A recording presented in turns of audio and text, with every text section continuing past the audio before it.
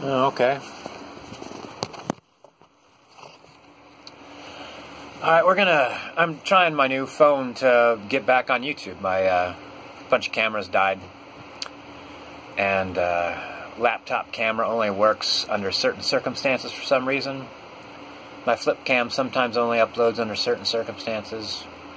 And my Canon just died. Which is a shame. Might like a video about depression. I've made a few of these, haven't I? I don't really recommend a lot of drinking when you're depressed. Mixed signal. Alright, so to recap the things that I've made, the things that I've said on other videos about being depressed is that when you're depressed, your mind just does not work quite right. It's hard to remember things. It's hard to follow trains of thought. It's hard to be logical.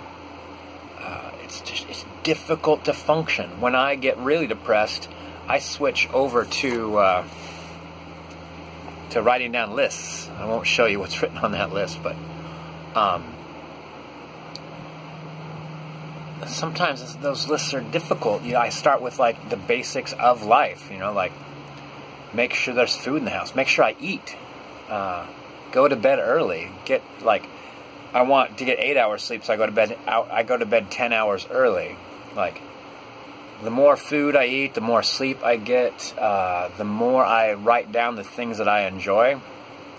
Classically was the scooter trip. You even allot X amount of time on a certain thing so you don't give up. Like, I gave myself a 2-hour scooter trip, and I rode all over to Portland, and I went up to the top of Mount Tabor, which has like a 360-degree view of the city. It's beautiful. And I got up there, and I walked up to the top like I'd meant to, and I stood there, and I was getting ready to walk back, and all of a sudden I felt just like this kind of like this moment of pleasure, this like relief, this like lifting of this curtain. And yeah, it took about an hour and a half of exposing myself to things I knew I enjoyed before my body and my mind responded to it. It's like, it's a real bitch, because like you don't know where that threshold's going to be. I had a friend that got addicted to drugs, specifically a certain kind of drug, and it destroyed his body's ability to give him positive endorphins or something to that effect. It's a long time ago, but he said that he was on the treadmill, like he says, just like I said, he had all this schedule that he had to follow, and he was on the treadmill for just ever, and like he was like on it, like I remember him saying something like, he's like, I'm supposed to be on it for a certain period of time, but eventually I was like, why get off it? You just kept running. And all of a sudden, like, his body started feeling good, a sense of joy. And he told me, like, I remember back when we were biking together and we'd, like, race ahead to the next light and take a sharp left and catch the green and then catch up to the sequence of greens again. So you wouldn't be on the edge. You'd be right in the middle of the sweet spot of traffic. And he said it used to be just so as easy as riding your bicycle to feel joy. Now it's several hours of being on a treadmill.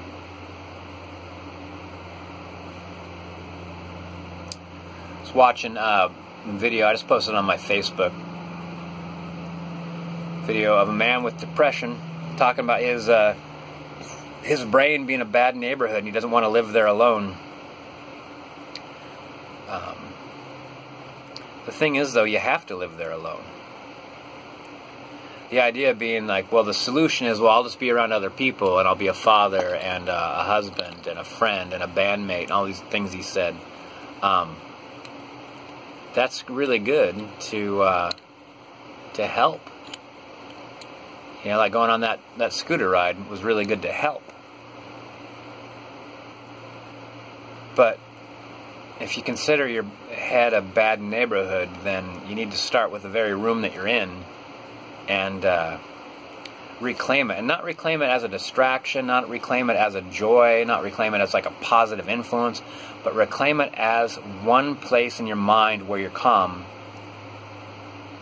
That calmness my belief is that calmness has to be your default setting. No matter what's happening, you can always be calm. Do you remember Tron? The second Tron? Yeah, I believe the second Tron. Like, shit's gone haywire, and the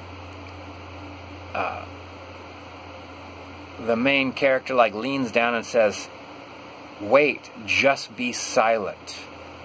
You know, it's supposed to, we gotta go, there's explosions, there's people chasing us. And he's like, wait. And just breathe. There's a moment like that in Star Wars, too, where they're fighting Darth Maul. The two characters, the two Jedis are fighting the one guy. And the older guy just stops and just like, and just breathes. That has to be the default. It can't be joy. It can't be anger. It can't be any of those things, because all those things are ephemeral. Calmness can be maintained. Joy can't. Not even depression can be maintained. I remember one of the worst times in my life, the first crack in the wall of depression was within the first few seconds of waking up. I'd wake up because full dinner, like 10 hours sleep if I could, all different things I could do to give myself comfort, and my body would wake up feeling good, lots of exercise, and then it would take a while for my brain to go, sure, and just like bring down this wall. Forget about feeling anything except for the fog of depression. But I'm like, hey, I saw a moment, I saw a crack in that wall, and I'm going to whittle at that. I'm going to whittle and whittle and whittle at that. And the secret there was, this is not my idea, it's the idea of a professional. I actually went to go see somebody about my depression. And the advice there was to write down a moment-to-moment journal. Every 5 minutes. Sounds like a bitch, doesn't it? It's not that hard.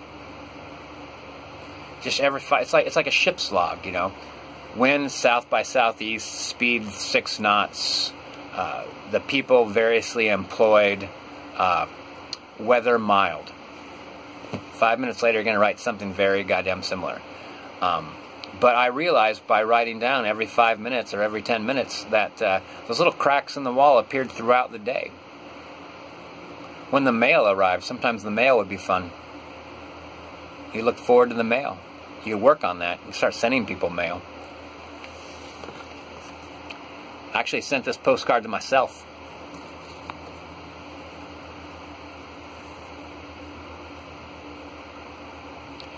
Getting help was really effective. Researching Buddhism was really effective. Long bike rides, really effective. Physical activity, lots of sleep, lots of food was really effective for me. But never giving up. And like, the answer is not outside yourself. The answer is inside yourself.